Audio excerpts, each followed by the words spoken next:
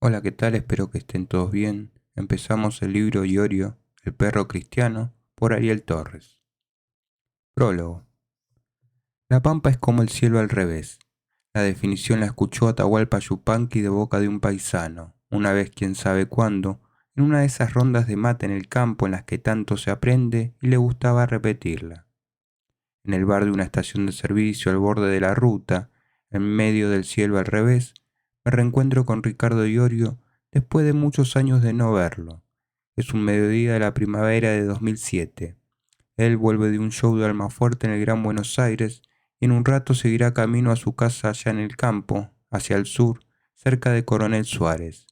La ciudad más cercana a este lugar de paso es Olavarría, donde estoy viviendo después de más de 20 años de crecer y trabajar y gozar y sufrir en Buenos Aires.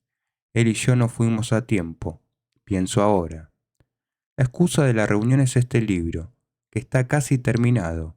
Fui invitado a escribir el prólogo y la única condición que había puesto para decir que sí o no era reunirme con él y ver qué sentía en la piel. Y he dicho que sí, ya se ve. Lo decisivo fue que este Iorio sigue sin enterarse que tiene estatura de leyenda viva para mucha gente y que sigue mirando a los ojos como los hombres más hombres que la pelean día a día en los campos que se ven al borde de la ruta a esta altura de la provincia de Buenos Aires. Hombres de brazo clavado al surco, tierra y sudor. Lo crucé por primera vez en enero de 1993 en el lobby de Viña Italia, un hotel de 3 estrellas que queda ubicado en San Jerónimo y Balcarce, en el centro de Córdoba, en una circunstancia que este libro cuenta en un momento. Apenas unos minutos después de que alguien nos presentara, yo sabía perfectamente quién era Iorio. Me parece que él sabía algo de mí. Tuve una sensación de cierta familiaridad, como si fuéramos, no digo amigos, pero sí conocidos de mucho tiempo. Conocidos e iguales también, porque en la noche de ese día no fuimos un rockero ya mítico y un periodista, ambos ya muchachos grandes, sino dos chicos felices de poder saludar por primera vez en sus vidas a un hombre, un gran artista que los dos admiraban, José Larralde. Después nos vimos algunas veces más, no sé cuántas. Vi conciertos suyos, escuché sus discos, me sorprendió el que hizo con Flavio Giangiarulo y entendí como lógico que fuera uno de los invitados de León Gieco para cantar la canción El Embudo en su disco Orozco. Y hoy, cuando lo reencuentro en este bar, me parece natural estar hablando no tanto del rock, de guitarristas o de discos, sino de qué crudo es el invierno de por acá y de cuánto se aprende en la ruta de regreso a casa, mientras el auto va casi solo y la mente de uno se pierde en cualquier lado.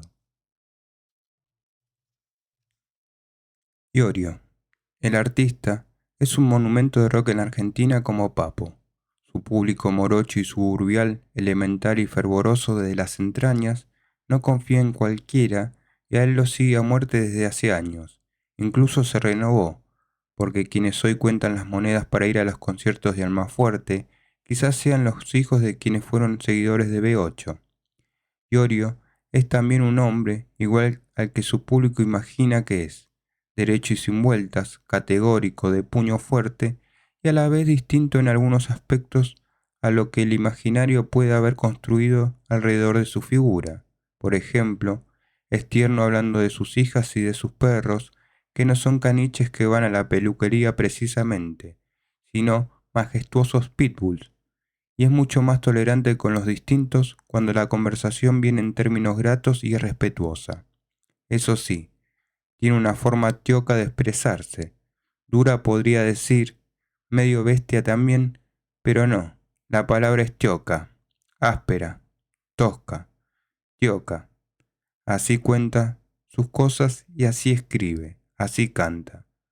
Su música es dura como las manos de los trabajadores, los del campo y los de la ciudad. Su mirada es afilada, su lengua también. Y su corazón es así de grande. Se desborda muchas veces como el de los animales. Pero eso cae en exabruptos, ya sabemos. Pero bueno, no estoy de acuerdo con algunas cosas que piensa y dice.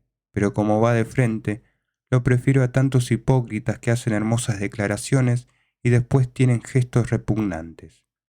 Este libro, esforzado y elogiable trabajo periodístico que demandó mucha energía y tiempo, cuenta mucho de su obra y sobre todo de quién es. Recomiendo su lectura con atención y desprejuicio.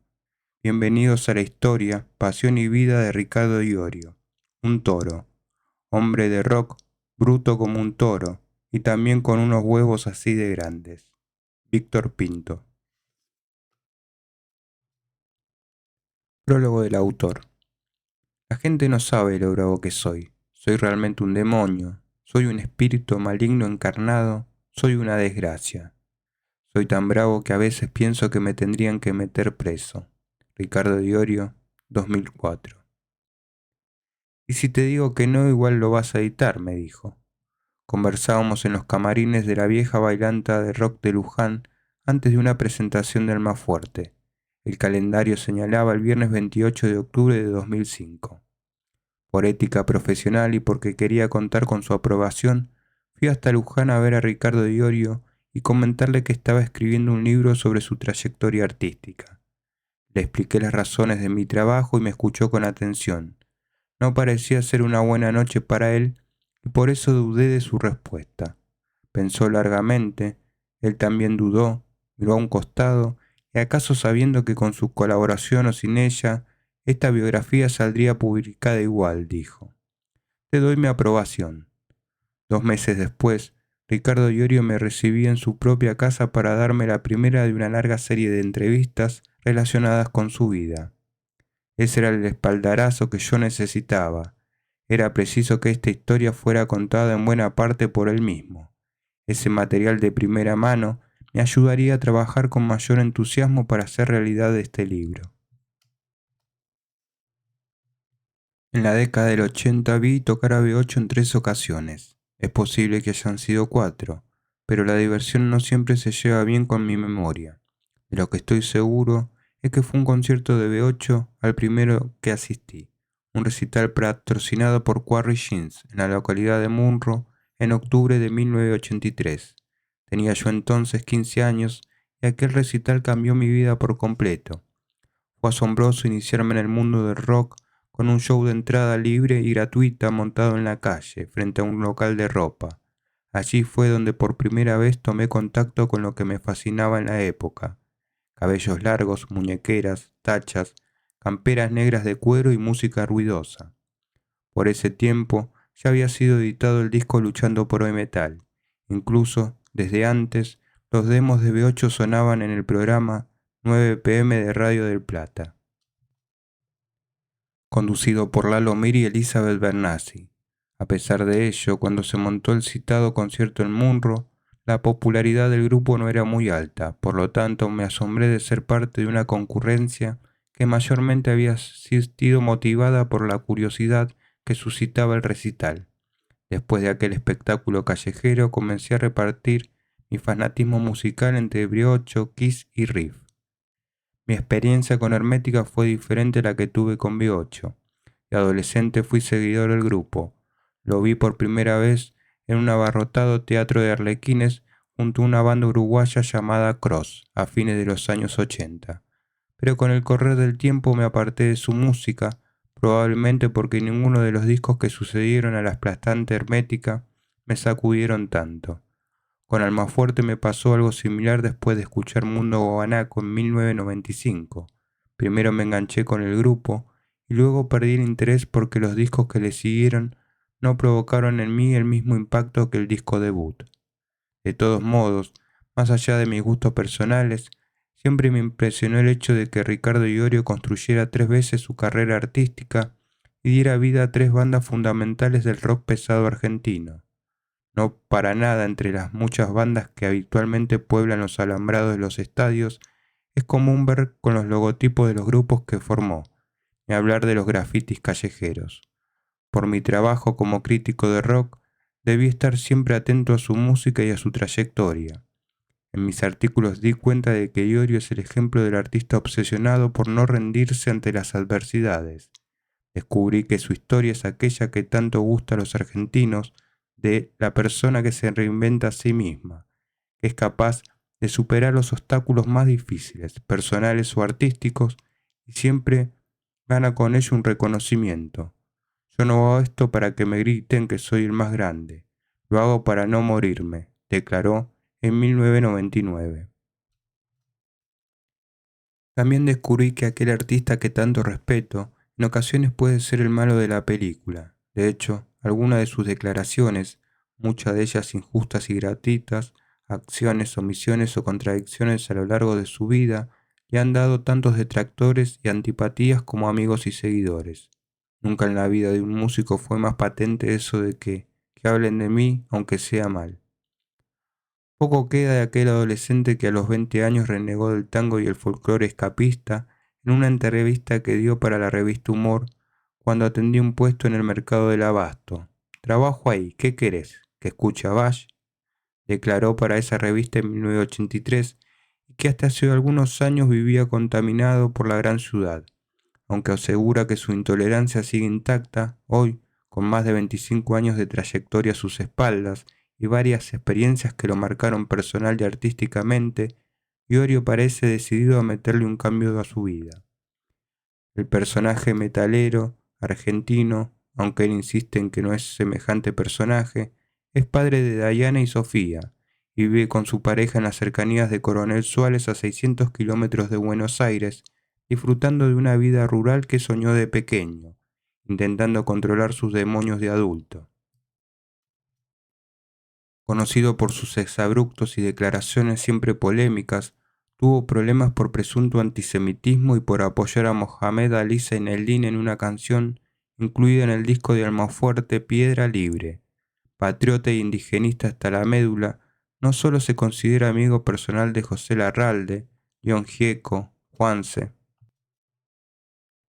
Flavio, el Baiano, Cucho de los Auténticos Decadentes, los Capanga y los Babasónicos, sino también de Lito Vitale, Juan Carlos Baglietto y del folclorista Rubén Patagonia, entre otros. Todas ellas amistades que hubieran sido impensables en él años atrás. Las circunstancias cambiaron, definitivamente. De aquel Iorio que desafió a los hippies desde el escenario del Buenos Aires Rock en 1982, hoy solo queda su eterna rebeldía, su actitud frontal para decir las cosas sin que importe demasiado el qué dirán y su pasión por la música que quiso hacer desde joven. ¿Es autoritario? ¿Es violento? Puede que sí como puede que no. Las respuestas a estos interrogantes van a depender de quién sea el que lo juzga o lo observa. ¿Es contradictorio? ¿Quién no lo es acaso?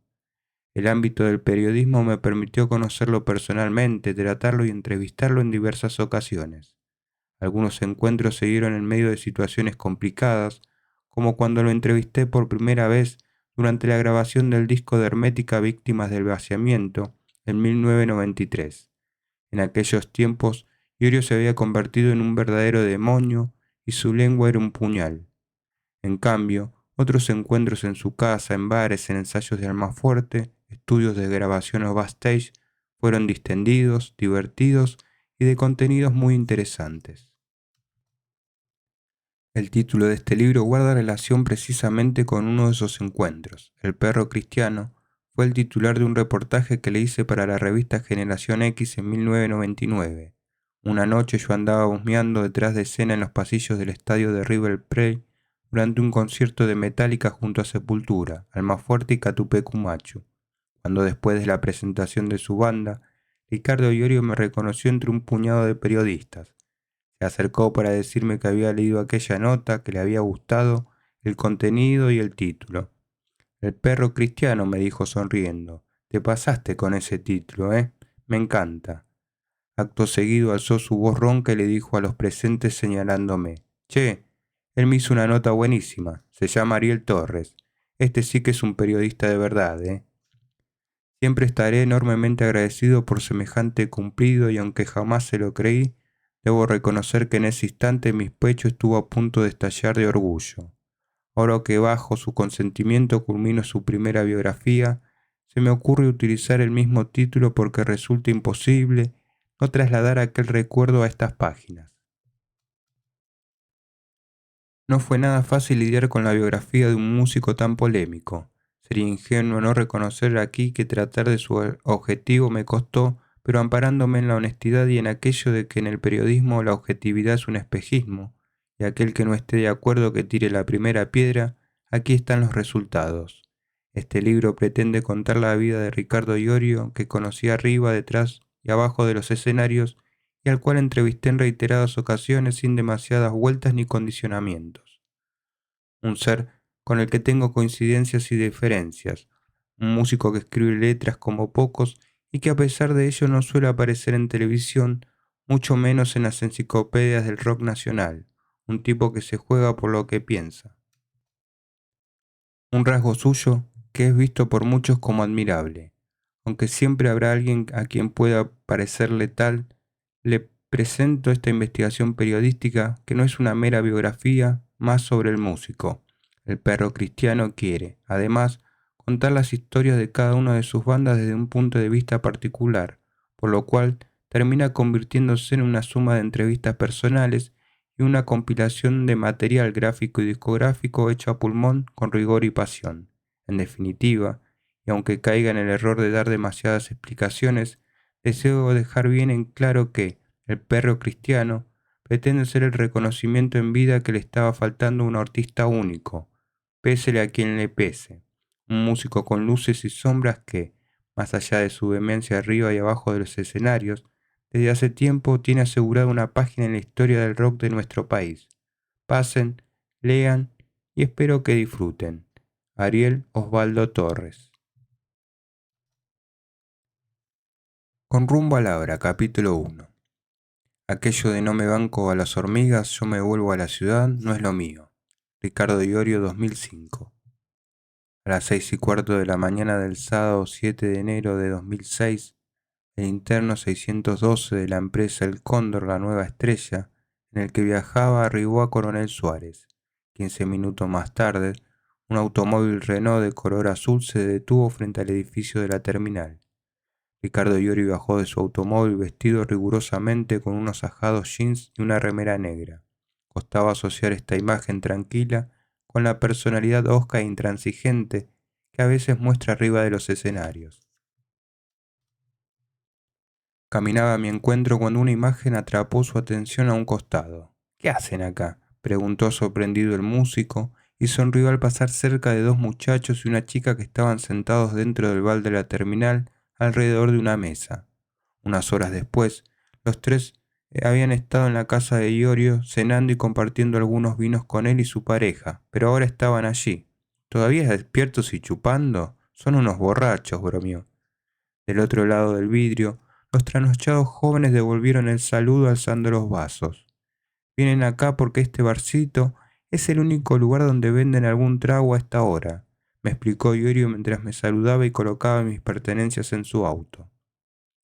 El trámite de saludarme y guardar mi mochila iba a durar solo unos minutos. En el breve lapso de tiempo que estuvo en la terminal, nadie se acercó para pedir un autógrafo o sacarse una foto. De hecho, probablemente ninguna de las personas que merodeaban por el lugar, a excepción de sus trasnochados amigos, sabía que aquella persona vestida de colores oscuros tiene la presencia de un toro en los escenarios y es venerado por miles y miles de jóvenes en todo el país. Definitivamente, había llegado hasta allí para reunirme con un personaje único. Salimos a la ruta. No era un lindo día en el sur de la provincia de Buenos Aires, a casi 600 kilómetros de Capital Federal. Unos nubarrones grises amenazaban con lluvia y envolvían toda la región, dejando al descubierto apenas a lo lejos las imponentes faldas de la Sierra de la Ventana. Pero era agua lo que la zona necesitaba, precisamente. Aunque el turismo muchas veces reniega de las tormentas, la cosecha no había sido buena el año anterior y la amenaza de la sequía se hacía sentir. Pronostican 30 años de sequía para esta región, me explicó Iorio mientras conducía su auto por la ruta provincial 76 con rumbo a... ¿A dónde vamos exactamente?, le pregunté. Ya te vas a enterar. Las personas lloran cuando vienen a mi casa porque piensan que van a ir a la mansión del Puma Rodríguez en Miami y se encuentran en cambio con un rancho de cara al sur de puro macho propiamente, tierra adentro. Permanecí callado, esperé que dijera algo más y lo hizo. Yo siempre fui un tipo rural, En 1974 mi viejo me trajo por primera vez a pasear por esta zona. Señala un cordón de la Sierra de la Ventana a lo lejos. Y yo le dije, cuando sea grande voy a vivir acá, y acá estoy, cumpliendo mi sueño. Pasaron los minutos, la ruta provincial 76, la misma a la que Iorio le cantó en un disco de Almafuerte, había quedado atrás, y ahora nuestro trayecto nos llevaba por un camino de tierra. Entonces detuvimos ambos la mirada sobre el paisaje. Las sierras y el campo eran a un tiempo nuestra contención y nuestra extensión. De pronto, atacado por una especie de impulso, el músico hizo una parada en un lugar desolado. Señaló un cartel al costado del camino que indicaba que muchos años antes allí hubo un asentamiento militar. Alguna vez recorrí las ruinas de este lugar y encontré vestigios de la conquista, recordó Iorio, que conoce bastante sobre historia argentina, decía el cartel a modo de referencia histórica. El 24 de marzo de 1871, durante la conquista del desierto, el jefe de la frontera Costa Sur, coronel Enrique Spica, fundó aquí la Comandancia General San Martín o Fuerte del Sauce Corto. Oficiales y soldados del Regimiento General Lavalle y de los batallones número 8 de Infantería de Línea y de Guardias Nacionales ejercieron soberanía en esta zona que fue el límite extremo sur de nuestro país durante la década de 1870. El fuerte cubría un área de 6 cuadras cuadradas y contaba con polvorín, hospital, cuarteles, cementerio, proveedurías, negocios, corrales para 10.000 caballos, quintas y una toldería de indios amigos localizados fuera de sus límites a la vera del arroyo Sauce Corto. Este paraje, declarado sitio histórico municipal, es el antecedente más antiguo de soberanía nacional existente en el distrito de Coronel Suárez. 20 minutos después, arribamos a destino, su casa. Para los que saben valorar las bellezas naturales, con seguridad lo más lindo de la propiedad de Ricardo Iorio es su ubicación. La casa está a orillas de un camino de tierra y tiene un enorme sembrado de trigo como fondo. Su barrio lo conforman su hogar y un almacén de ramos generales, nada más. El resto es campo y sierras, campo aquí, allá y a lo lejos también. Iorio y su pareja, Fernanda, resultaron ser muy buenos anfitriones. Amables parecían, preocupados ante la menor posibilidad de que su invitado no se sintiera cómodo en la casa. ¿Y tus hijas?, le pregunté al músico. Fueron a la casa de la abuela, están de vacaciones. Muy lejos de todos los rumores y especulaciones malintencionadas que existen acerca de su vida privada, conversar con Ricardo en un ambiente de intimidad sin los ruidos de un concierto, sin custodios ni plomos, seguidores obsecuentes o asistentes obedientes, es decir, hablar fuera del entorno de ensayos y del backstage es sin duda una experiencia atrayente. Entrevistarlo en un sitio diferente, intercambiar ideas y opiniones, disentir o acordar, rememorar anécdotas, reír o no de vulgaridades, hablar con él de sus hijas, de sus amigos, vivos o muertos, tira abajo el estereotipo de músico intolerante y duro que a veces podría sugerir a quien lo observa desde afuera. Es difícil imaginar que a veces Iorio dé una imagen tan dura. ¿Hasta dónde esconde esa imagen una gran sensibilidad? Nos habíamos visto ya varias veces, sin embargo, las charlas más importantes, las más intensas y significativas para escribir este libro se dieron allí, en su casa, una casa de estilo sencillo pero amplia y cómoda, rodeado de terrenos verdes salpicados de árboles recién plantados. El enorme terreno le permitió a Ricardo construir algunos corrales donde deambulan gansos, gallos y gallinas de toda clase, hasta palomas tiene. Además, claro, están los cuidadores de la casa, macho y hembra, una pareja de pitbulls con sus correspondientes crías. Y es blanca, prácticamente toda blanca es la casa de Iorio, el sitio donde pudo cumplir sus sueños de adolescencia irradia ese color, y en él cada adorno está en el lugar preciso. Cualquier persona imaginaría que un rockero como él debe tener decorado su vivienda con gran variedad de guitarras, amplificadores y recuerdos de su prolífica carrera musical. Algo de eso hay en el hogar de Ricardo Iorio, pero es muy poco en realidad, y quizá eso sea lo que más me sorprende. Quien quiera hallar en la casa de Ricardo las reliquias de B8 o una especie de museo de hermética, saldrá de ella decepcionado. Como dato, uno puede encontrar que el músico conserva todavía, apoyado sobre un mueble del living, un disco de oro que obtuvo por las ventas de Ácido Argentino, el potente tercer disco de Hermética que reza, otorgado a Ricardo Iorio conmemorando que el long play Ácido Argentino del grupo Hermética alcanzó el galardón de disco de oro, abril de 1994. Una guitarra criolla, varios CDs, algunas fotos, 3 viejos cabezales y un entrañable Bafle Ampeg en perfectas condiciones. Sellan la conexión entre el hogar de Iorio y el mundo de la música. No hay nada más que lo conecte con él.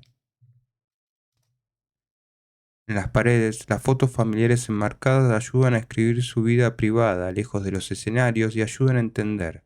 Muestran a Iorio retratado junto a sus 2 hijas en vacaciones en diversos lugares del país, compartiendo momentos con ellas, congeladas sus sonrisas. Hay también fotos de Ana Mourín, historias de amor en la vida del músico. Iorio se muestra bastante relajado en su hogar, entregando a esa pequeña tranquilidad cotidiana, rara y fugaz, un lejano reducto de aire puro y generosa naturaleza. Hay muchos que me preguntan, loco, ¿conseguiste la paz? Comenta Iorio. ¿Qué paz? La paz está dentro de uno, nada tiene que ver con que uno viva en Palermo, Hollywood o acá. Si yo estoy en Palermo, Hollywood y no tengo paz, vendré acá y tampoco la voy a tener. Estoy en el campo porque es una manera de sentirme bien conmigo mismo. Andando a contramano de muchos que viajan desde el interior a la gran ciudad para urbanizarse después de muchos años de vivir en la ciudad, Ricardo decidió cambiar de panorama, hizo sus valijas, se desprendió de algunas cosas del pasado y comenzó una nueva aventura, un viaje acaso definitivo, una verdadera apuesta difícil sin garantías, allí donde sopla el viento fuerte, según me cuentan mis anfitriones. Hay algo en Iorio que llama la atención más allá de su voz ronca y es el modo en que se apasiona contando cómo vino a parar a este lugar. Se emociona a tal punto cuando evoca situaciones de su pasado que es capaz de derramar lágrimas. En la capital ya no se podía estar, me dice. Al menos no podía estar yo, que no tengo que levantarme todos los días para ir a una fábrica. Como mi vida es más sedentaria, pude cumplir este sueño. Muchos pueden pensar, este tipo ahora se aísla. No, loco. Siempre fui un tipo rural, pero recién ahora tuve la posibilidad de vivir en el campo. Una cosa es vivir en una quinta en Castelar o en Delviso, y otra cosa es vivir acá. Inclusive muchas veces vine con Anita y las nenas a pasear por la zona y soñé con vivir en esta región. Pero no se dio entonces, se dio ahora. Y no es que estoy viviendo en este lugar porque mi cuñada heredó una estancia, no. Estoy acá porque lo soñé desde los 12 años. ¿Es definitiva tu radicación en esta zona rural?, le pregunto. No, no es definitiva, porque nunca me apegué a nada. El día de mañana tal vez me dé por echarle 400 litros de nafta a esta casa, encender todo e irme a las carcajadas, perder todo y empezar una vida nueva en el desierto de San Juan. Estoy cumpliendo mis sueños, sí, pero mis sueños no terminan acá. Mientras siga vivo seguiré teniendo sueños, porque si un hombre deja de soñar, se muere. Al comienzo de las charlas que tuve con Ricardo Iorio para esta biografía, me quedó claro también que su vida registra un acontecimiento de importancia desde el año 2000, no solo por lo que significó la llegada del nuevo milenio, sino también porque en ese año conoció a Fernanda. Ella, del barrio Villa Luzuriaga, partido de La Matanza, conoció a Ricardo por intermedio de un amigo en común al que todos conocen como Pajarito. Los 19 años que se llevan de diferencia no son una simple anécdota. El día gris de aquel encuentro con Iorio en el campo quedaría teñido de cierta temporalidad en mi memoria.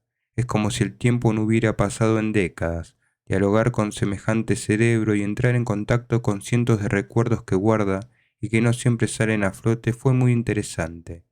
Iorio evocaría muchos recuerdos de su infancia en Caseros, de las diferencias y peleas con sus padres, de otros con algunos ex compañeros de ruta, hablaría de las rupturas de B8 y Hermética, de la gente, daría una mirada a sus trabajos en el mercado del abasto y en el mercado central, Almafuerte, a las tragedias, el barrio Carlos Gardel, Villa Devoto, Caseros, Ramos Mejía, Coronel Suárez. La vida, el paso de los años, las caídas y las resurrecciones.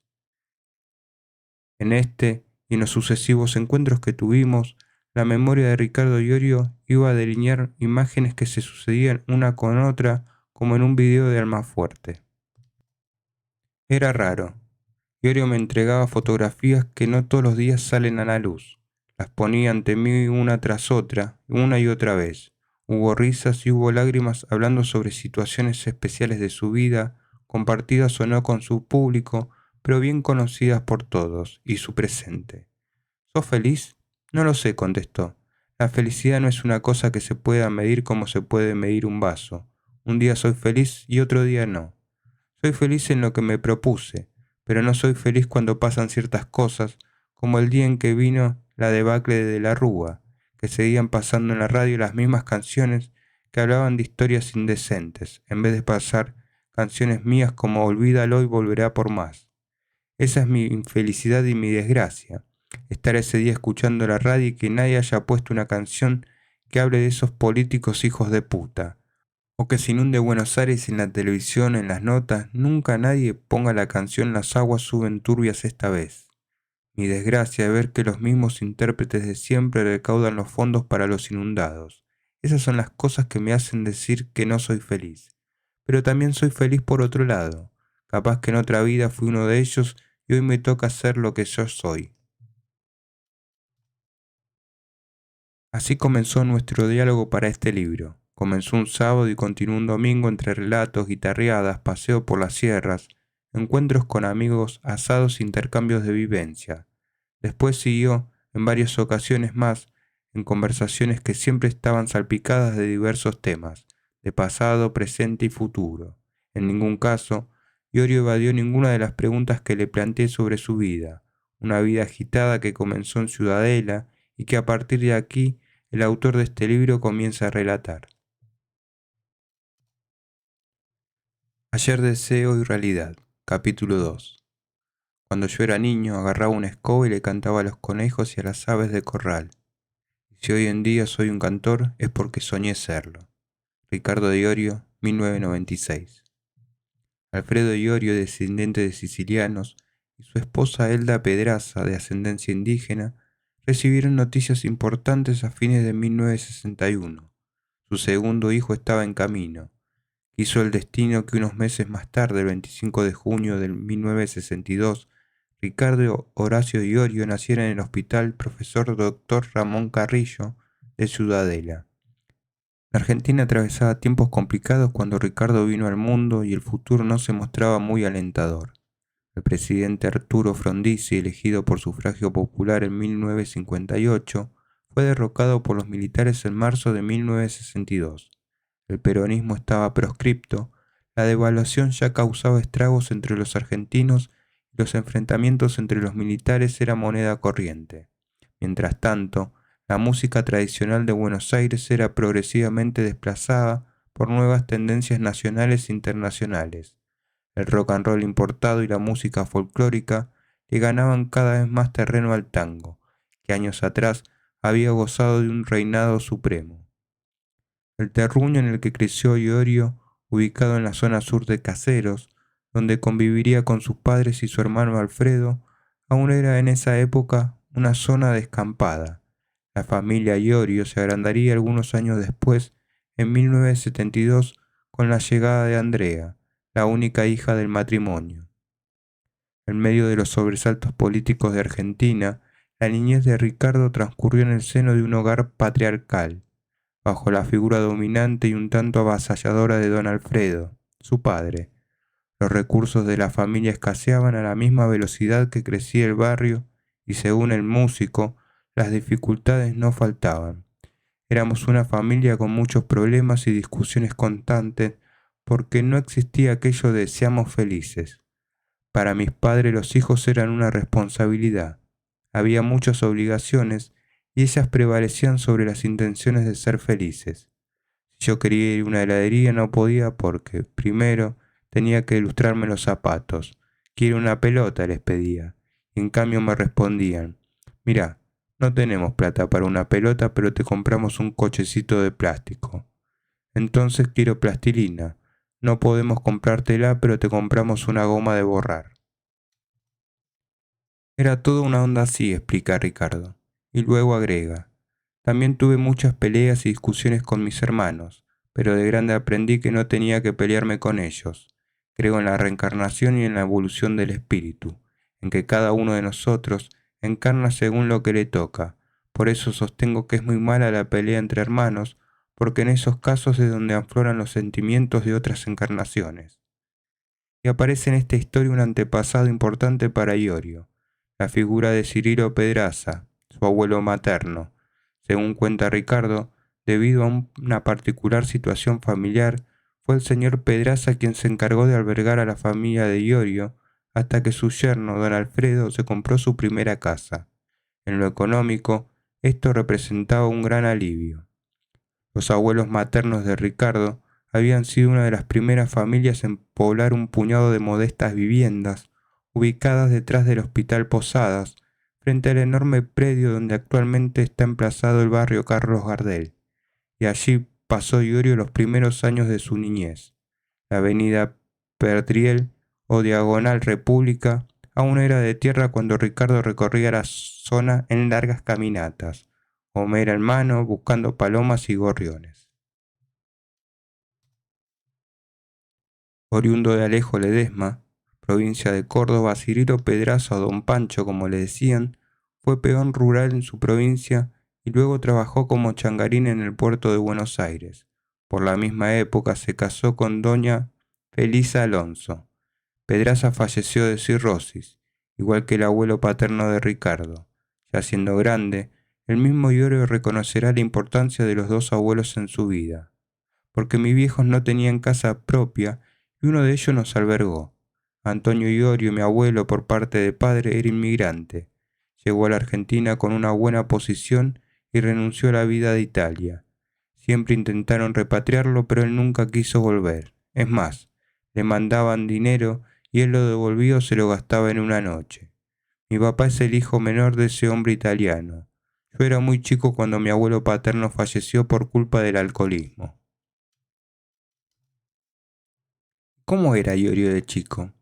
Era bastante bravo y temperamental. Reconoce el músico que hoy se considera a sí mismo un ser fuerte y violento. De todos modos,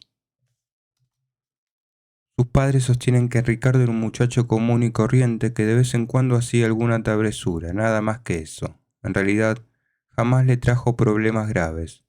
Yo nunca fui un mal hijo, sostiene él mismo.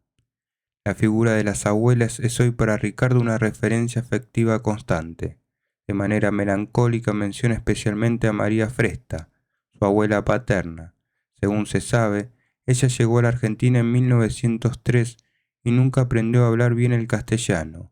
Fue una de las miles de italianas que emigraron a la Argentina en la próspera era de oro de este país y que dejaron en la cultura huellas profundas. Apenas desembarcada en Buenos Aires, conoció a su futuro marido, inmigrante italiano también. Trabajaron día y noche, concretaron sus sueños y se la rebuscaron como tantos otros que arribaron al país en esos años. Siempre me contaba historias de cuando vino de Italia. Guardo lindos recuerdos de ella, cuenta Iorio. Me acuerdo que yo siempre le jugaba bromas desatándole el delantal que iba a usar para cocinar. Mis abuelos paternos eran personas muy trabajadoras hasta que les quitaron el laburo y se quedaron vegetativos prácticamente. Vinieron acá porque en Europa no había otra alternativa que subirse a un barco e irse a la deriva. Ellos no estaban tan organizados como los chicos de ahora, que se van a España porque allá tienen un amigo que les va a dar una mano porque le consiguen un trabajo. No, en esa época te subías a un barco y te ibas de Italia o te morías de hambre o de cosas peores. Los dos llegaron a la Argentina sin sus padres, o sea que vinieron a la marchanta. Así se conocieron, el mismo día en que bajaron del barco y se casaron. Cuando los padres de Ricardo, don Alfredo y doña Elda decidieron y pudieron por fin comprar su propia casa, se mudaron a una vivienda ubicada en la avenida Perdriel, a media cuadra de la casa de los padres de doña Elda. Por ese entonces Ricardo tenía 10 años. Pese a todo, las cosas no cambiaron demasiado en el seno de la familia Iorio. Algunas privaciones continuaron, pero él se las ingenió para pasarla bien. ¿Qué hacía? Iorio explica. Cuando era niño fui el dueño de todas las zanjas de las calles el rodeo y Marconi, en Caseros. El que metía las manos en esas cunetas se las tenía que ver conmigo, porque todas las ranas y los peces morenitos de esos lugares eran míos. Y su aclaración refleja muy bien su personalidad. Enseguida añade: la cacería de aves era mi pasión. También me encantaba asar papas en los baldíos y armar casuchos en el tiempo de la poda para quemarlas después. La idea de robar no se nos pasaba por la cabeza, porque nuestros padres jamás nos dijeron: andá y choreá a esos viejos que están llenos de plata. Aunque parezca mentira, en ese tiempo la gente trabajaba en lo que quería. No hay duda que en las calles en las que Iorio pasó por su infancia se respiraba un ambiente de respeto y, en cualquier caso, la violencia callejera de entonces era menor a la actual. Éramos todos hijos de inmigrantes y de repente nos pusieron enfrente el barrio Carlos Gardel. Aquello fue un contraste muy grande. De todos modos, aunque siempre se criticó que esa gente no iba a trabajar o que a las 9 de la mañana mandaban a los chicos a comprar vino, yo tengo un montón de amigos que son hijos de inmigrantes que siguen viviendo ahí, y doy fe de que ese barrio no es una villa de ladrones. Con el tiempo todo se fue depurando. El fútbol era otra de sus grandes pasiones. De esos años cuando jugaba en la calle o en los baldíos de Caseros, Iorio guarda un grato recuerdo de cuando le regalaron la primera pelota. Era una de esas de cuero que si se mojaba y la cabeceabas te rompías el cuello, dice. Por aquellos años Racing Club andaba bastante bien. Iorio se hizo de Racing porque su padre lo era también y le transmitió la pasión a él y a su hermano. Tenía 5 años cuando vio a la academia consagrarse como campeón intercontinental en 1967. Recuerdo cuando mi padre me trajo a casa un enorme televisor blanco y negro, justo el día que Racing jugaba la final de la Copa contra el Celtic. Así pudimos ver el partido en vivo. Nunca me debo olvidar la imagen de mi viejo besando la pantalla de ese televisor cuando ganamos. Convivencias como esas no podía no ser de Racing.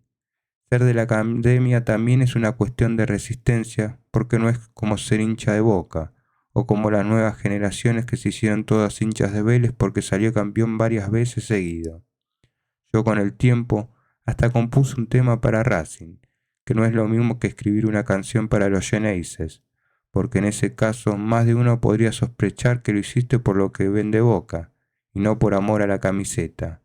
Paradójicamente, Iorio nunca fue al Cilindro de Avellaneda para ver a su academia,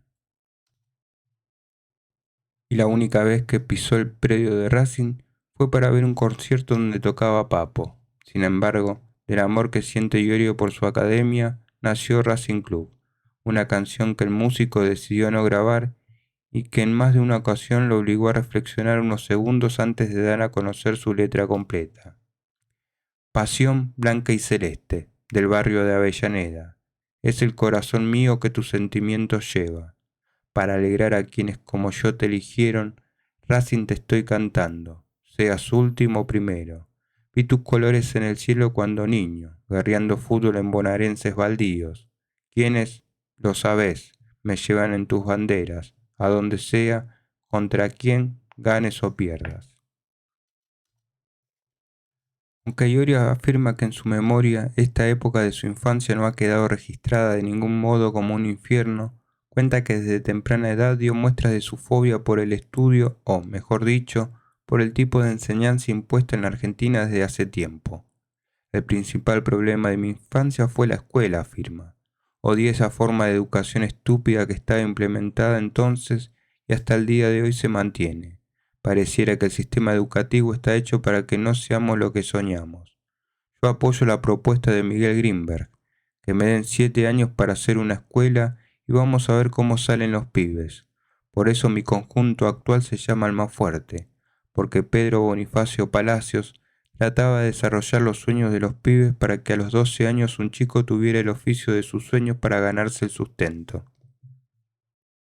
Ricardo tenía 5 años cuando fue por primera vez al colegio, en 1968, y cuenta que el miedo que sintió en ese instante le duró varios días. Durante los primeros 5 días de clases no paraban de temblarme las piernas. No sé por qué le tuve tanto miedo a eso.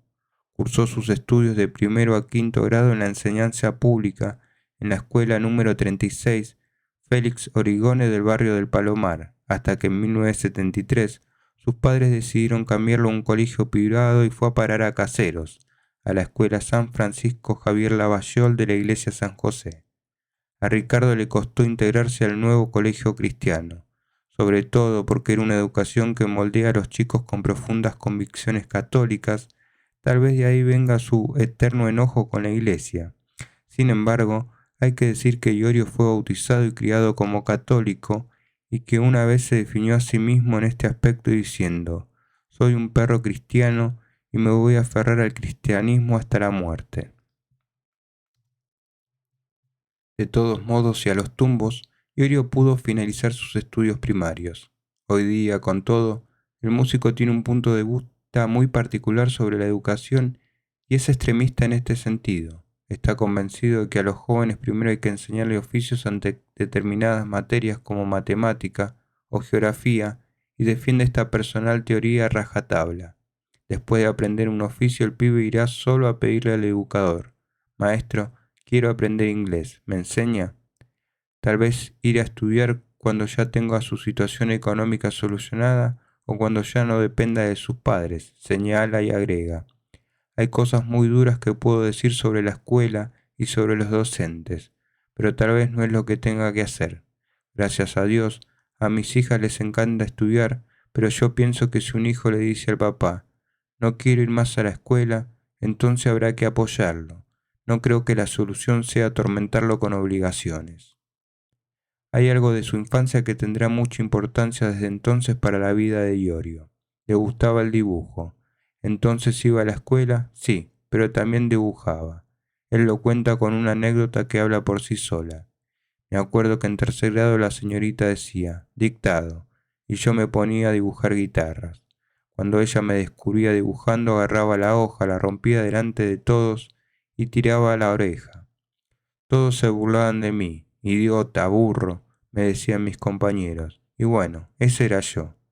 Pero como la vida es un péndulo, me gusta que ahora vengan a mis conciertos los hijos de esas chicas que estudiaban conmigo en la primaria y me digan: «Iorio, mi mamá iba con vos a la escuela.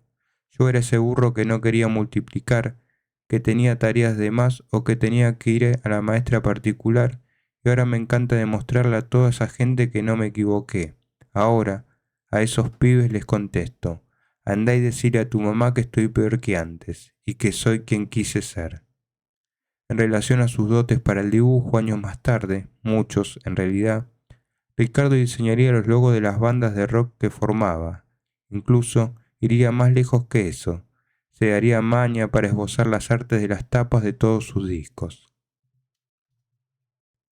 Hubo ese periodo de la escuela primaria un hecho en particular que quedó impreso para siempre en la mente de Ricardo y que luego resultó ser una bisagra clave. Cuando tenía 11 años conoció a Ricardo Mollo, hoy figura de Divididos. Por ese entonces, el futuro metalero cursaba sexto grado y había recibido en la escuela entradas para asistir a un show de los payasos Firulete y Cañito en el Club de Almafuerte, a metros de la Sociedad Italiana de Tiro al Segno, en el barrio del Palomar. Estaba viendo el espectáculo infantil acompañado por su madre cuando sus compañeros de aula le avisaron que por la puerta del club pasaban Ricardo Mollo y su hermano Omar, integrantes en aquel tiempo del grupo MAN, Mente, Alma, Materia. Aquello fue impactante para un pequeño que más tarde marcaría historia dentro del rock pesado de su país. Cuenta Iorio: ellos vivían en un barrio cercano al mío, tendrían alrededor de 16 años, usaban el pelo largo y pasaron caminando con los estuches donde guardaban sus instrumentos. Como los chicos de mi grado sabían que yo era medio loquito por esas cosas, le pidieron permiso a mi vieja para salir a la calle y mostrarme que en el barrio ya existían los rockeros. Me acuerdo que les dije a mis compañeritos: «¿Ven? Así voy a ser yo cuando sea grande». Seguía siendo un chico Ricardo cuando dio sus primeros pasos en el arte callejero. Había terminado el séptimo grado de la primaria y comenzó a incursionar en las murgas de barrio. En compañía de sus amigos, a menudo solía asistir a los ensayos de los mimosos de Ciudadela o los delicados de Casero, con el fin de aprenderse de memoria las canciones de esos grupos. Ese verano, antes de que llegara el carnaval, a la hora de la siesta salían disfrazados a interpretar canciones prestadas portando estandartes o pancartas, Se paraban delante de la puerta de los negocios de la zona y cantaban. Así recaudaban monedas suficientes como para comprarse botellas de Coca-Cola y paquetes de galletitas Ortiz. No había más pretensiones que esas. Era una cooperativa nacida de la pasión, afirma Iorio.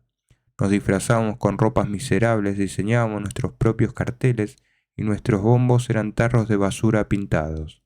Generalmente el más malo se disfrazaba de mujer porque era el único que se la podía bancar si alguien le decía algo. Pero también estaban los otros, los verdaderos gays, que tenían 4 o 5 días para explayar su sentimiento de mujer a través de un disfraz. No es como ahora que todo el año es carnaval. Paralelo al camino que lo llevó a recorrer los barrios de caseros, hubo algo que tuvo gran importancia en la infancia de Iorio. Le mintió a sus padres diciéndole que todavía creía en los Reyes Magos y así le llegó su primera guitarra criolla. Un inolvidable 6 de enero se levantó a las 6 de la mañana para ir a buscar su regalo y a las 9 tenía, compuestas, 4 canciones, montado arriba del Kaiser Calavera de su padre.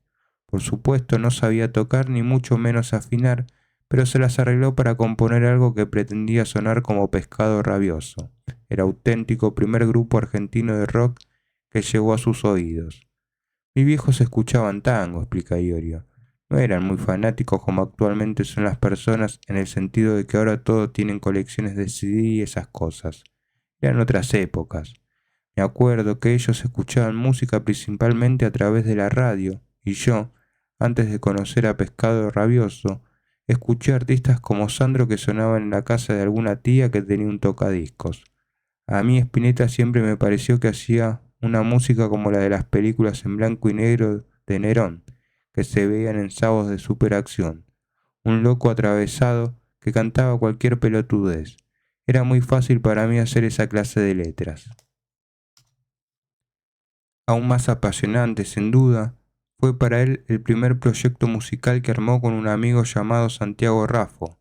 Se trataba de un dúo acústico que interpretaba canciones propias del estilo de Sui Generis. Corría el año 75, no sabíamos afinar pero inventábamos canciones y teníamos un repertorio propio. Nunca faltaba el vecino o el familiar que nos preguntaba, ¿qué clase de música hacen ustedes si jamás fueron a estudiar? No puedo recordar cómo se llamaba el dúo. Sí recuerdo que no era un juego, más bien era como un ritual, porque pasábamos días enteros tocando la guitarra, éramos amigos y teníamos el sueño de ser rockeros, pero la cosa no pasó de tocar en nuestras casas. ¿Qué ocurría en la Argentina en materia de música para aquel entonces? Las crónicas de la época dicen que en 1975 el éxito oscilaba entre las lágrimas y la euforia de esas 2 noches de adiós sui generis en el Luna Park. La escena del rock argentino estaba un poco en caída y la primera camada de músicos, compuestas por Miguel Cantilo, Edelmiro Molinari, Gustavo Santaolalla, Javier Martínez, Billy Bond, Morris, Claudio Gabis y Lito Nevia, se iban del país. La mayoría en forma de autoexilio. Frente al advenimiento de un nuevo gobierno militar, Gieco, Porcheto, Polifemo, Papo, Spinetta, Piero, Pastoral, Crucis y María Rosa Llorio eran, entre otros, los nombres que representaban el rock nacional de entonces. Sin embargo, renegando de los días de la primavera matizados con canciones como Rasguña las piedras de fondo, y lejos de sentirse identificado con la mayoría de los rockeros nacionales de vanguardia, en esta época Iorio halló más de un consuelo por el lado de la música nacional en Plus, Box Day, Papo Blues, Almendra, Manal y El Reloj, además de Pescado Rabioso. Llegó entonces el colegio secundario en su vida, igual que sucedió con la primaria, y Iorio vivió esta etapa como una auténtica pesadilla. Como me obligaron a estudiar, me llevaba todas las materias. Pensaba todo el tiempo en hacer descontroles con cómo hacer reír a los demás y no hacía lo que debía, que era estudiar. Lo más interesante del secundario para mí fue poder estar fuera de casa.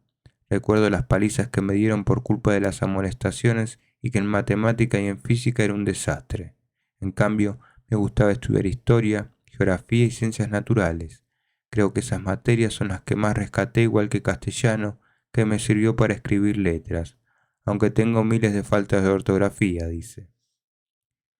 Sus continuas manifestaciones de desgano lo llevaron a pasar por 3 establecimientos de enseñanza secundaria. Cuando Ricardo empezó a sentir interés por el rock, hacía poco que había ingresado al primer año de la ENET número 1 Italia de San Justo. Fue más o menos por esa misma época cuando su hermano le llegó con el rumor que en una sala de esa misma localidad bonaerense ensayaba el grupo El Reloj. De ahí en más, Iorio recorrió la zona en las largas caminatas con la ilusión de poder escuchar a este mítico grupo de rock argentino, hijo directo de Deep Purple. Conserva todavía hoy frescos aquellos recuerdos. Yo estudiaba en San Justo y vivía en Caseros.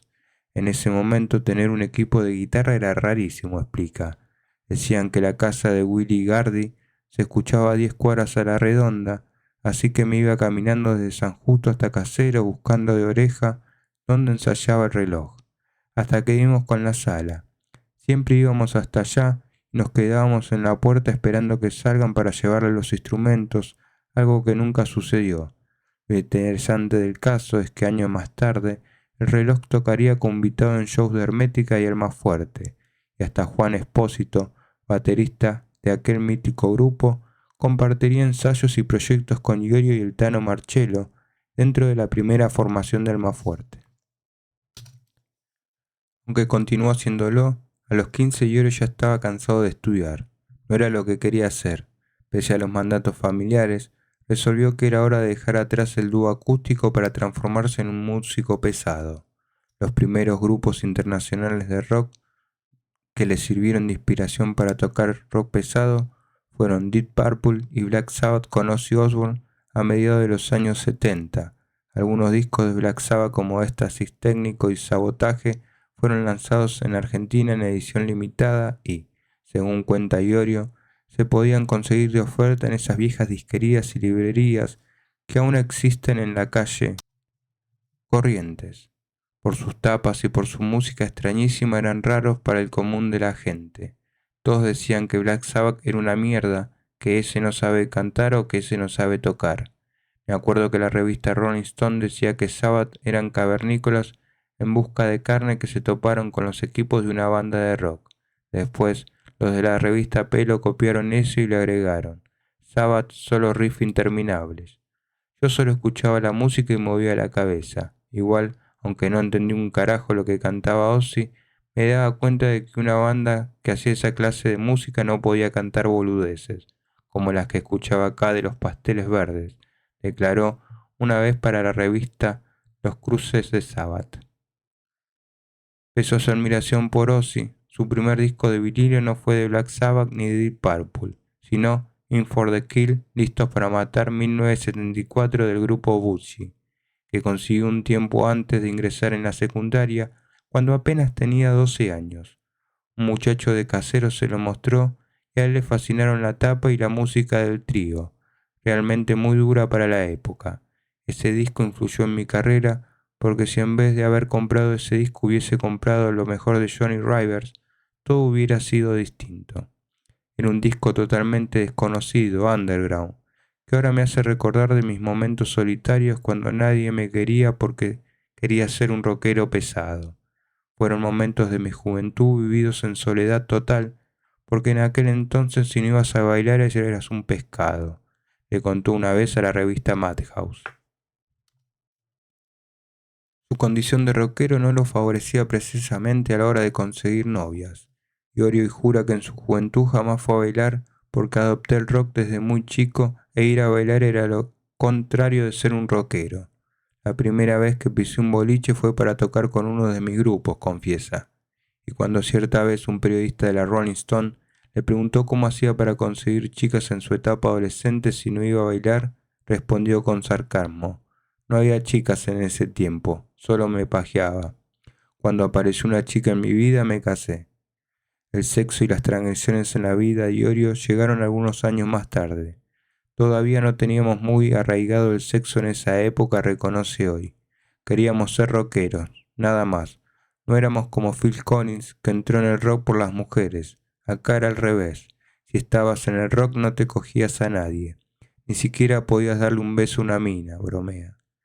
Ser rockero y tener una chica linda era muy difícil.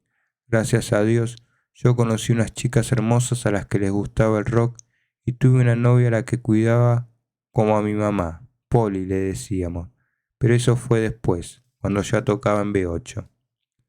A Iorio comenzó a pecarle el bichito del trabajo cuando cursaba la secundaria. Con otros amigos de barrio solía alquilar carros con caballos y salían por su zona en búsqueda de botellas y metales. También trabajaba punteando la tierra cuando en Cancero la gente tenía gallinas y conejos en las casas. Luego, cuando otras necesidades se presentaron, tuve que buscar trabajos más solventes. Los padres del joven Ricardo tenían los mismos problemas económicos que cualquier familia tan argentina de clase media trabajadora, de modo que hubo momentos de su adolescencia en que Iorio debió realizar aportes a la olla. Hoy día cuenta cuando se sumerge en el archivo de la memoria. Éramos humildes, pero en mi casa nunca nos faltó nada. Capaz que en ese momento de mi juventud, como me hacían trabajar, a mí me rompía las bolas y decía de mis viejos, estos son unos hijos de puta, pero tengo que agradecerle a mis padres por el hecho de que siempre nos hicieron trabajar. Toda mi juventud y mi adolescencia fueron obligaciones, responsabilidades y trabajos. Por eso ahora vivo como soñé de adolescente. Y si mi estilo de vida me resultó, entonces pienso que debo transmitir que no hay que tenerle miedo a las obligaciones. Uno debe ser valiente a los 20 años, no a los 60. Acá hay muchos valientes, sí, pero ya tienen 70 años. Hay un adagio español que dice, si a los 20 no es valiente y a los 40 no es rico, catalógalo de burrico. En marzo de 1976, Ricardo cambió de colegio. Fue inscripto en la Escuela Técnica Industrial de Ciudad Jardín en el Palomar. 4 años después, con mucho esfuerzo, logró recibirse de maestro mayor de obras en la Escuela Nocturna de Enseñanza Técnica Nuestra Señora de Luján en Caseros. Sobre esta etapa, alguna vez declaró: mi adolescencia la pasé en los colegios secundarios. Cuando entras ahí, digamos que ya intentan acomodarte dentro de los moldes en los que tenés que moverte, sí o sí, durante el resto de tu vida. Pero nadie, ni los maestros, los profesores, ni siquiera tus padres, trata de cultivar o rescatar lo que vos llevas adentro de que nacés. Al imponerte esas pautas por las fuerzas te van anulando un punto en el que tratás de buscar salidas que por ahí te conducen a moldes que vos mismo te imponés, o, lo que es peor, que otros fabrican para vos. En mi caso, la música fue lo único que me permitió evadirme de todo ese entorno. Y al acabar los estudios, pienso que cumplí con lo que mis padres siempre soñaron. Ellos llegaron hasta segundo grado y querían un hijo recibido. Solo por eso estudié, porque jamás fui a buscar el diploma. ¿Te ibas? ¿Te cambiaban de colegio tus padres o te rajaban directamente? Todo junto. Yo no me daba cuenta de que tenía que terminar la carrera, entonces no le prestaba atención al estudio. Iba a la escuela a divertirme, a hacer quilombo y cagadas. Según cuenta el propio Ricardo, un diálogo entre él y un profesor cualquiera, un día común y corriente de su etapa en la secundaria, podría haber sido el siguiente. Iorio, pase al frente, no estudié. Muy bien, tiene un 0. Y bueno, en voz más baja, anda la concha de tu madre. Después llegaba a casa y me fajaban, pero bueno, creo que así la generación a la que pertenezco le hubieran dado un tiempo para buscar una orientación en vez de obligarnos a ir a la escuela. Todo hubiera sido más positivo, porque esa es obligación y esa imposición, y uno se rebela contra lo impuesto. Para mí la escuela fue esa manera de estudiar las cosas que me parece incorrecta. Lo sigo sosteniendo hasta ahora, afirma Ricardo. Su formación rockera tuvo un punto clave de despegue en el hecho de que su hermano haya comprado una guitarra eléctrica. Fue una circunstancia que tuvo un efecto indeleble sobre él, pues a los pocos meses Alfredo perdió interés por tocar la guitarra. Entonces Ricardo la tomó prestada y con ese instrumento se curtió. Su primer bajo llegó en ocasión de su cumpleaños número 16. Don Alfredo y doña Elda le regalaron a Ricardo un Fine modelo Jazz Bass de color blanco que habían comprado en una casa de venta de instrumentos musicales, propiedad de unos italianos. Nada podía haberlo complacido más. Tal vez si me hubiera recibido un saxo como regalo, otra sería la historia. No era hacer cualquier tipo de música lo que le interesaba. Yo soñaba con ese bajo. Mis padres me compraron el instrumento, pero me dijeron tenés que ir a estudiar. Ese fue el trato. Así que fui a estudiar 1 o 2 años con un afroamericano de apellido García, pero no cazaba la onda del tipo, porque me quería hacer leer música y eso era como ir a la escuela. Entonces no aprendí nada. Me di cuenta que esa no era la manera para aprender. Hoy pienso que la mejor manera de aprender a tocar es inventando canciones o que algún amigo te diga cómo se afina y cuáles son los tonos. En los últimos años del secundario en el colegio Nuestra Señora de Luján, Ricardo hizo importantes amistades y relaciones que marcaron una impronta en su futuro como músico. A ese colegio concurrían los hermanos Horacio y Héctor Cristofanetti, dos pibes que por entonces ya tocaban muy bien la guitarra y que tenían buen oído. Escuchaban jazz y mucho rock progresivo. A fuerza de visitarlos, Iorio abrió musicalmente su cabeza que en ese momento solo tenía lugar para el rock pesado. Iorio adquirió importantes conocimientos musicales con los hermanos Cristofanetti. Incluso llegaron a formar un grupo al que bautizaron poco ingeniosamente Ernesto, con el que hicieron canciones que hoy el propio Iorio describe como las que tocaba Sumo. A ellos les gustaba ese tipo de música. Como eran mis amigos y yo siempre estaba con ellos, salía eso. No tenían mamá, entonces nos juntábamos todas las noches en su casa y eso era como un ritual.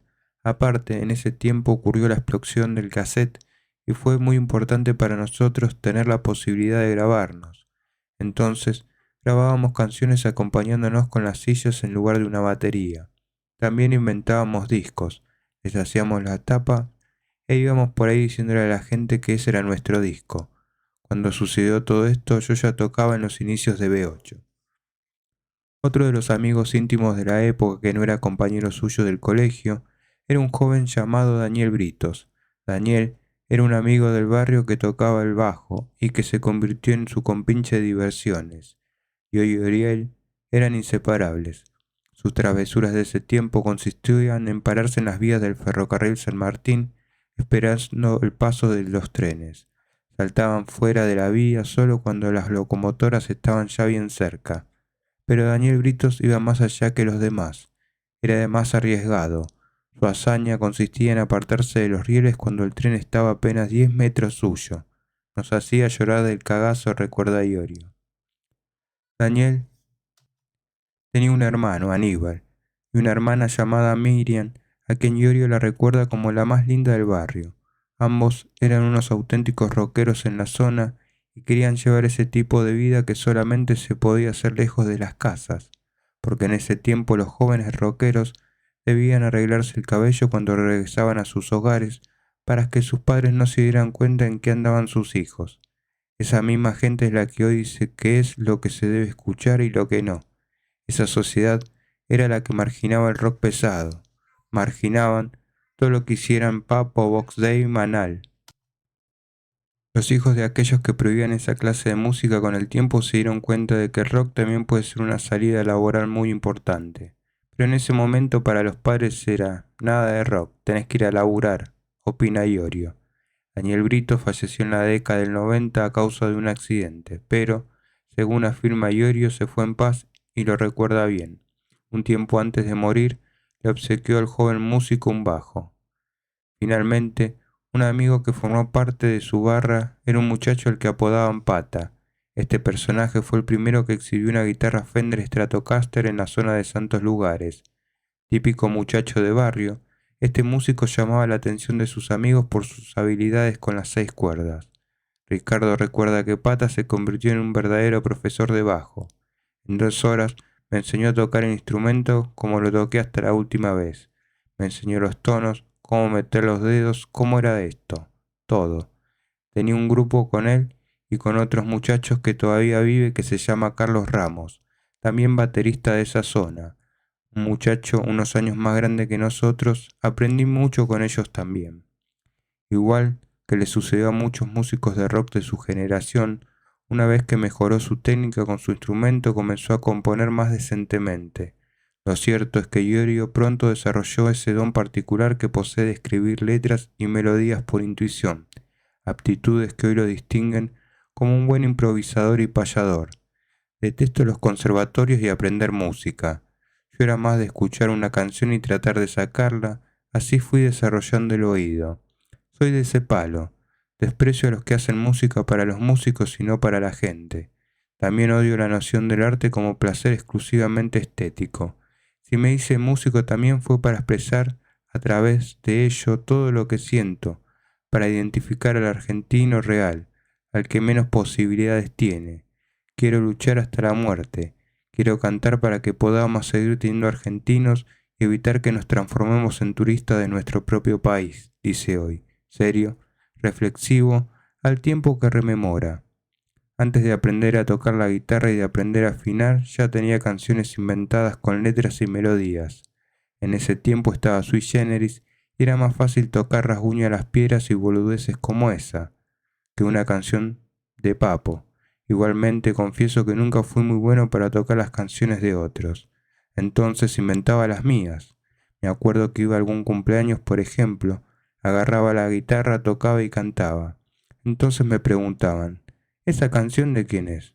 Como yo no podía confesar que era mía porque si lo decía no me creían, entonces decían que eran canciones de otros. Así era, desde pendejo siempre quise cantar cosas mías.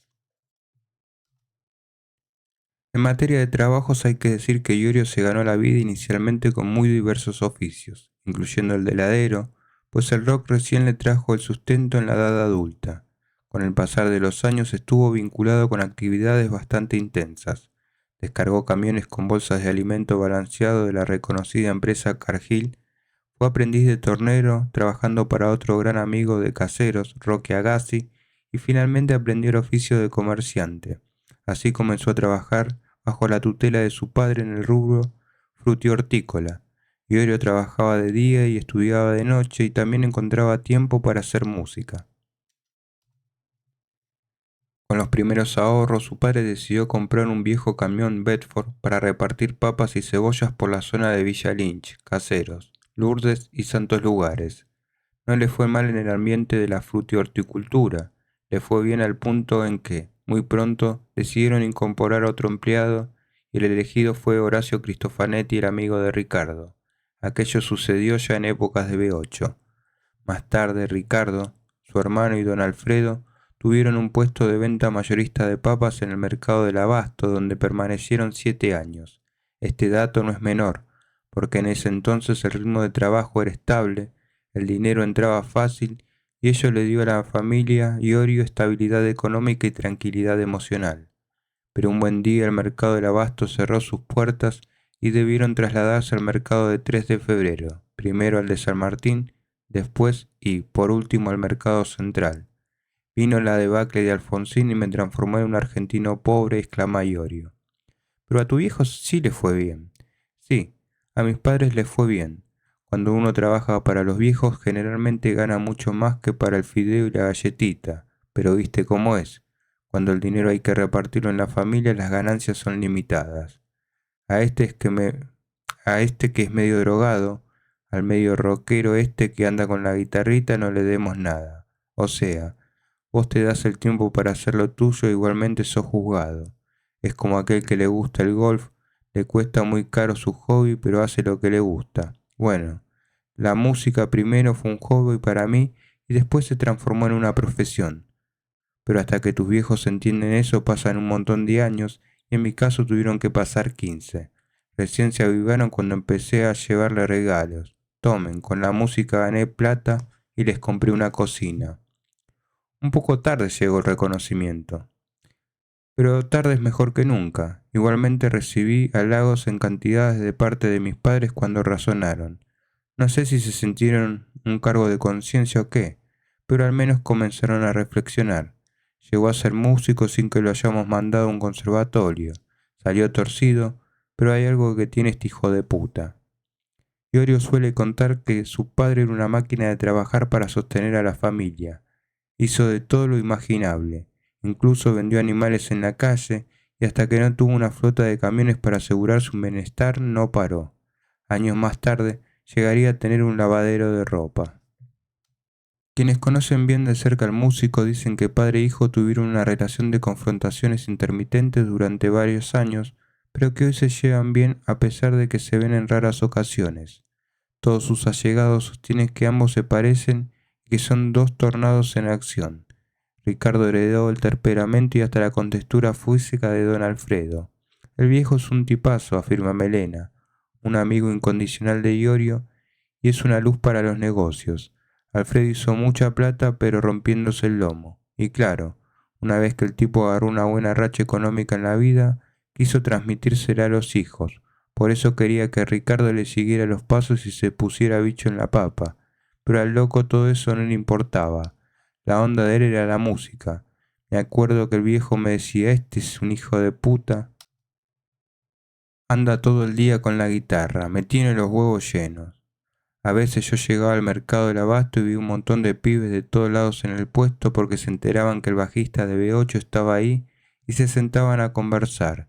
Entonces aparecía el viejo de Ricardo que les decía, no me hagas nido de águilas, pibes, sacame a todos estos buitres de acá. Y los echaba a todos.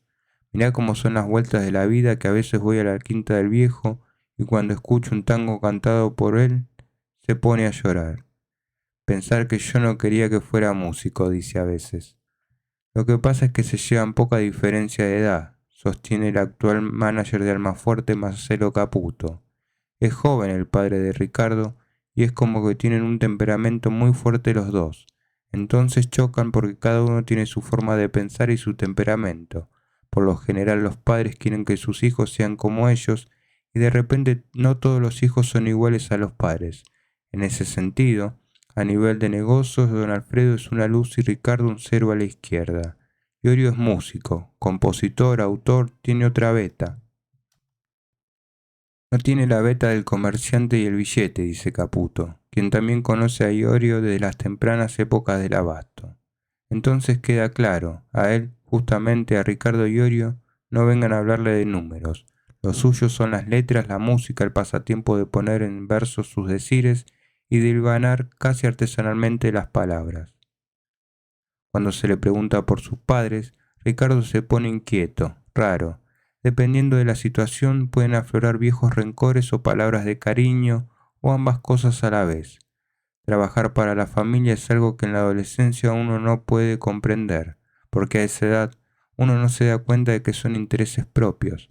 Me rompió mucho las pelotas tener ciertas privaciones, muchas obligaciones y poca diversión en mi adolescencia. Y bueno, yo fui un rebelde con todo y no puedo decir que me llevé bien con mis viejos, pero ellos fueron muy buenos. Son jóvenes y se casaron muy jóvenes también, aunque ahora están separados. Están vivos, los quiero. Lo cierto es que probablemente ninguno de los dos haya pensado nunca que su hijo iba a ser un triunfador en la música. ¿Tus padres fueron a verte alguna vez a un concierto? Una vez, cuando era muy chico, ahora no. Tampoco soy muy apegado a mis padres, me refiero a eso de estar con ellos todo el tiempo. Ya estuve con mis viejos cuando fui chico, ahora de grande, aprendo a vivir mirando las aves, que no duermen en los nidos. Los pájaros hacen nidos para procrear y luego se van y los otros quedan para reproducirse. Esa es mi manera de vivir. Yo creo que mi familia es la que tengo ahora, la otra es familia donde nací. No soy de ir a visitar a nadie, tampoco soy el que a tal hora tiene que comer. Es un despelote mi existencia.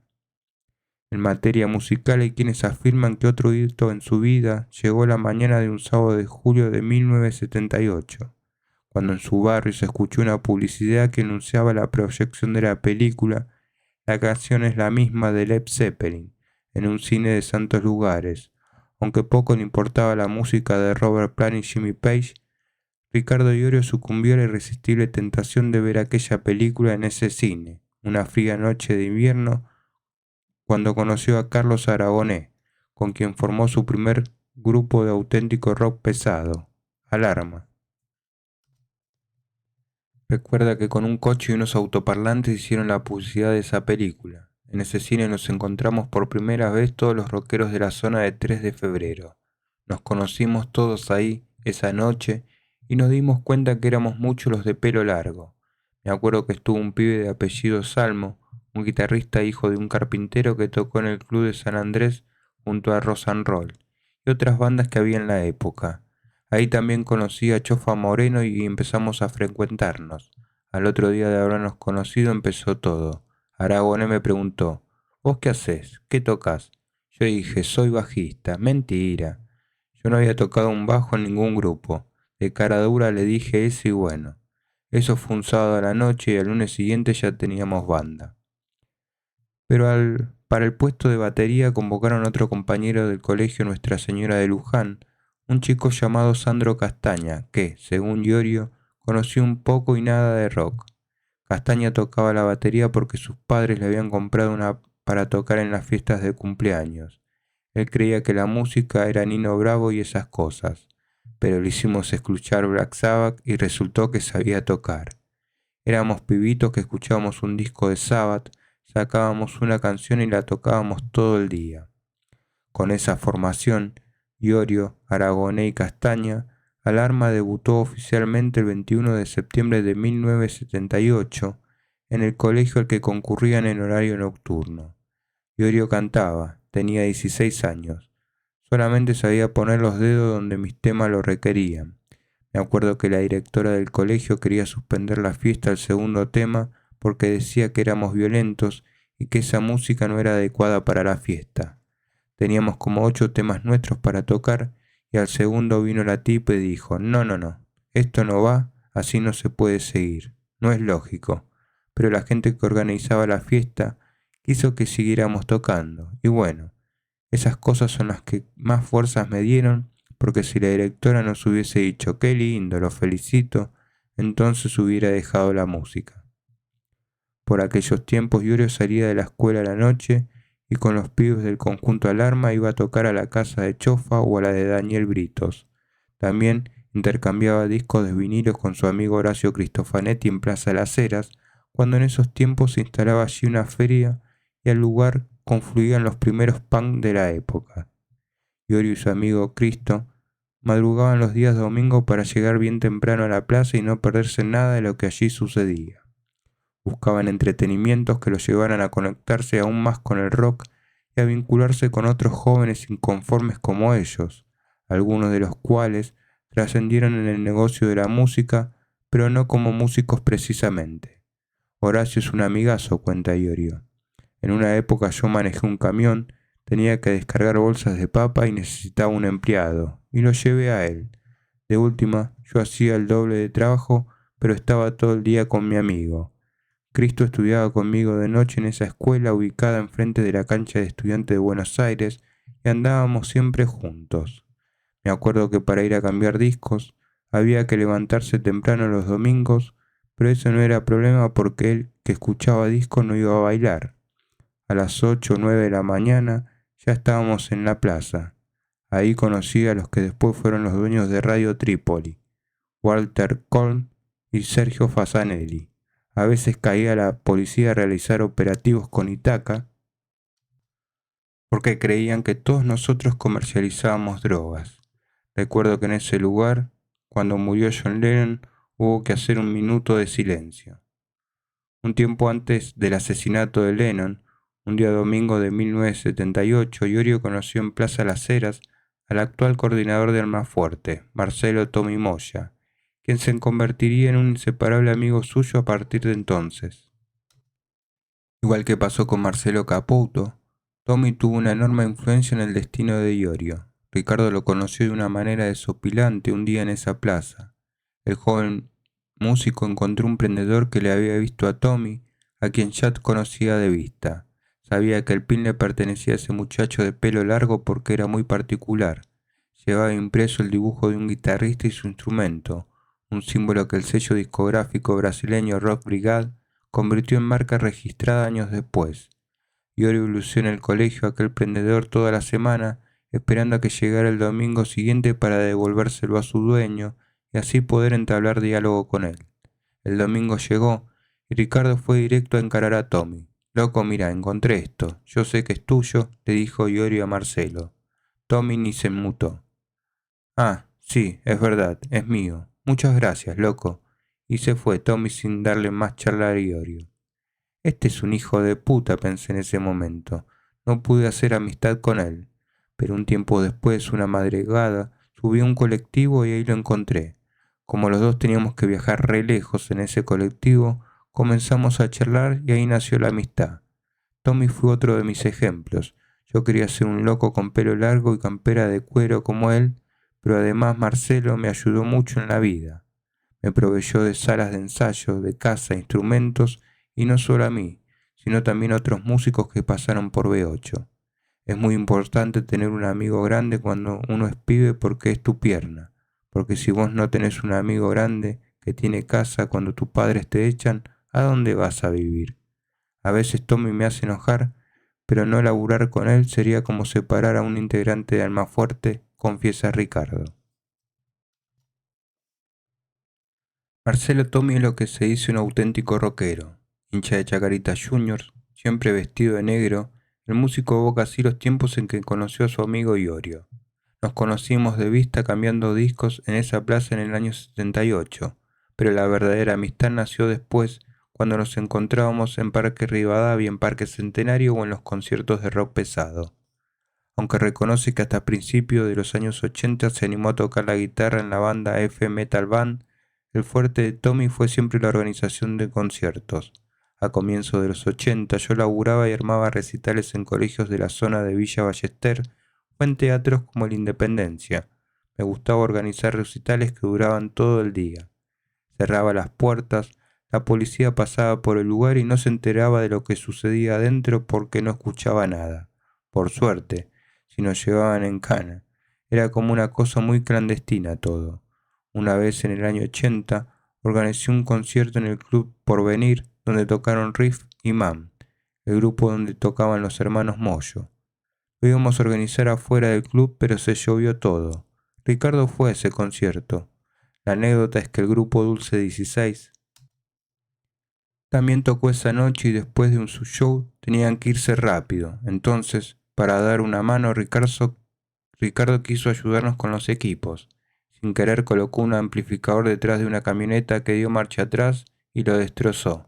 Ricardo no dijo nada, metió el equipo en el flete y se hizo el boludo. Después yo tuve que poner la cara con los Dulce 16. La graciosa anécdota de Tommy revela otra pasión de Ricardo. Le encantaba hacer plomo de las bandas. Así recuerda el músico aquella temprana vocación. Yo quería ayudar porque me daba cuenta de que la movida estaba ahí, no en ser parte del público. La onda estaba en eso de ¿te doy una mano? Como siempre fui un hombre más o menos fuerte, y como cuando uno es pibe tiene todo el sol encerrado en una mano, entonces hacía esas cosas de onda. Le cantaba en los conciertos también, qué duda cabe. A los 14 asistió por primera vez en el Club Comunicaciones de Villa del Parque, un festival de carnaval en el que participaron León Gieco, Nito Mestre y los desconocidos de siempre Vox Day, Plus, Alas, Crucis y bandas de este tipo. Fue muy lindo, recuerda Iorio. Fui con mi hermano, que es 2 años mayor que yo. En esa época éramos compinches con Alfredo porque además él compró la primera guitarra eléctrica, pero cuando éramos más chicos no nos llevábamos muy bien. Él vive en España desde hace 25 años. Ricardo habla muy poco de su hermana Andrea, 11 años menor que él, salvo para contar que cuando eran chicos se llevaba bien con ella. Fui muy protector de mi hermanita. Me llevé muy bien hasta que formé mi propia familia y empecé con mis horizontes musicales. Ahí ya dejé de ser su hermanito. No acostumbraba a salir con ella porque, según explica, siempre llevé una vida rodeada de locos y no daba para llevar a una hermanita chiquitita a los lugares que yo frecuentaba. La etapa de la dictadura militar Iorio la tiene bien grabada en su memoria, pues lo atrapó en su periodo de juventud. El pueblo argentino vive un proceso de constante exterminio desde hace siglos. Escribió para el libro Bichos Raros de Martín Troncoso y Diego Angeli, actualmente en proceso de edición. Primero exterminaron a los indios, los tehuelches y los onas. Después, hace unos pocos años, la dictadura militar se encargó de exterminar al pueblo argentino con sus propias banderas, tal como hace 100 años. De la dictadura recuerdo que el grado máximo de asco lo tuve cuando vi a Macera hablando por televisión. Estos tipos son los que jugaron con el país y por eso siguen manteniendo el poder, porque los que verdaderamente trataron de luchar por la nación argentina murieron en la última de las miserias. Hoy en día, Iorio ve con ojos críticos esa época. Yo fui uno de los tantos giles que no sabían nada, que tenían padres que al encender la tele y ver a Gina Lollobrigida diciendo en Europa que acá había campos de concentración, decían, mirá vos, esta hija de puta, cómo hace ver mal a nuestro país. Ser rockero en la dictadura fue un periodo de soledad total. Para Iorio porque, según afirma, cuando empezó con el rock pesado, el que escuchaba Papa o Box Day era un pardo. Todos escuchaban otra cosa, desde jazz rock hasta música hecha para músicos, cosas hechas sin sentimiento. Acá, los milicos importaron a ABBA y suspendieron durante 15 años la proyección de The Wall o La Naranja Mecánica, y ABBA era la más evangelista que había en la música. Las reuniones en las esquinas no existían en ese momento. Existía el pibe que se pasaba toda la semana laburando y los sábados se cambiaba después de jugar a la pelota y se quedaba en la puerta de su casa, ni siquiera iba a bailar. Pero pienso que en esa época también hubo jóvenes que hicieron cosas bastante positivas, como fue enarbolar la bandera de las pasiones en contra de lo establecido. En la memoria de Marcelo Tommy también aparecen cicatrices imborrables de aquellos oscuros tiempos de la Argentina. Nacimos en una generación de miedo. La época militar digamos que nos arruinó un poco la vida. Reflexiona con cierto resentimiento. Tener el pelo largo, no escuchar jazz rock y ser distinto a todos era arriesgarse a que te agarraran, te cagaran a palo o que no volvieses a tu casa. Ser distinto era sinónimo de ser subversivo para la sociedad y las instituciones. No me acuerdo si alguna vez caí en cana con Ricardo, pero sí estoy seguro de que en algún concierto Ricardo huyó corriendo y yo, por otro lado, zafé de la policía escondiéndome debajo de un escenario. La cosa era salvarse. Los días de Iorio en ese momento quedaron marcados por una perfecta metamorfosis provocada por el rock, y tuvo una consigna: aparecer en los diarios, aunque fuera solamente para que sus padres le dejaran de hinchar las pelotas, por su afición a la música. Repudiaban mis ganas de ser músico y de querer usar el pelo largo. Por eso en casa me empecé a transformar en un cuervo. Así era como me decían mis familiares. Un cuervo de esos, me dice. Y bueno, ahí me enganché. Siempre me gustó hacer lo más rebelde, que era el rock pesado, el rock duro. Para mí la música era una forma de escaparme de esa cosa tan horrible que era la obligación de aprender algo estúpido para después memorizarlo y repetirlo como un loro. Pero con el tiempo mis familiares vieron los diarios, las revistas y muchas veces reconocieron que se equivocaron, que me tendrían que haber apoyado más, cuenta. Una semana después del debut de Alarma en el colegio Nuestra Señora de Luján, las cosas cambiaron en la banda con el ingreso de Ricardo Moreno, nacido en Capital Federal, pero vecino del barrio de Caseros. Este individuo conocido como Chofa aportó influencias más pesadas a los temas de Iorio, ya que era fanático de Black Sabbath y contaba con todos los discos del grupo editados en el país. Pero no fue solo eso. Chofa también estaba bien equipado, según recuerda Ricardo. El Chofa fue un poco más protegido por su madre, que le compraba instrumentos y equipos. En esa época era muy difícil tener un equipo y una guitarra, no era algo común.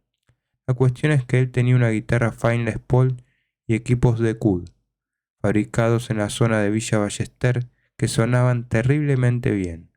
Con la llegada de Moreno el sonido del grupo tardó muy poco en endurecerse. Comenzaron a ensayar los fines de semana junto a Aragonés en la segunda guitarra y Castaña en la batería, intentando tocar temas de Black Sabbath y algunos temas propios. Quienes tuvieron la oportunidad de conocerlo describen a Moreno como un muchacho alegre pero de pocas palabras, tímido, más bien introvertido, sobreprotegido por su madre, era hijo único de madre soltera. Hay quienes afirman que su personalidad está ligada directamente a la enfermedad que arrastró desde chico, el asma. Sin embargo, todos coinciden en afirmar sin asomo de duda que Moreno poseía muchísimo talento a la hora de tocar la guitarra eléctrica y así, a los 18 se daba bastante maña para olvidarse de sus limitaciones físicas, refugiándose en la música. Como es normal a esa edad, la inestabilidad e inexperiencia de los músicos hacen que los grupos tengan una vida más bien fugaz o que sus integrantes vayan saltando de banda en banda hasta que los sobrevivientes, si los hay, encuentran una formación mínimamente estable en la que fraguar una decente carrera musical. Eso fue lo que sucedió con Alarma, el primer grupo de rock de Iorio, que duró solo algunas semanas. Tras la salida de Sandro Castaña, fueron varios los bateristas que pasaron, entre ellos Daniel Colombres. Daniel tocó con nosotros varias veces porque era de nuestro barrio, nos ayudó mucho. Él era un poco más grande que nosotros, ya era un profesional, y nos enseñó cómo tocar en una banda con doble bombo y esas cosas. Me acuerdo que con él tocábamos temas del reloj Subraya de Iorio. Ya en el verano del 79, un nuevo baterista probó suerte, Pichi Correa. Con esa formación, Moreno, Aragonés, Iorio y Correa, pero esta vez con el nombre de Comunión Humana. El nuevo grupo de Ricardo realizó 3 presentaciones en el partido de 3 de febrero en el conurbano de Buenos Aires, 2 de las cuales se dieron durante los carnavales en los clubes América y El Triunfo. La tercera fue en el club italiano Uniti, ubicado en la avenida San Martín, en el mes de abril. En esta última ocasión, el escenario fue compartido por 4 bandas integradas por amigos y allegados con diferentes gustos musicales. De aquel concierto hay un testimonio en V8 un sentimiento, el libro de Ana Mourim. Comunión Humana cerró el espectáculo, en el que solo la voz tuvo reamplificación, pero en el momento que se contó con algunas luces, aunque de las 50 personas que pagaron la entrada, solo 20 presenciaron el espectáculo íntegramente. Era así, confirma Ricardo. Comunión Humana fue como la continuación de Alarma con otro baterista. En la música siempre traté de no quedarme llorando en el pasado o en lo que no pudo ser. Si un grupo no daba para más, entonces arrancaba con otro. A la mierda. A no quedarse, que no decaiga. Y creo que eso lo dije en varias letras.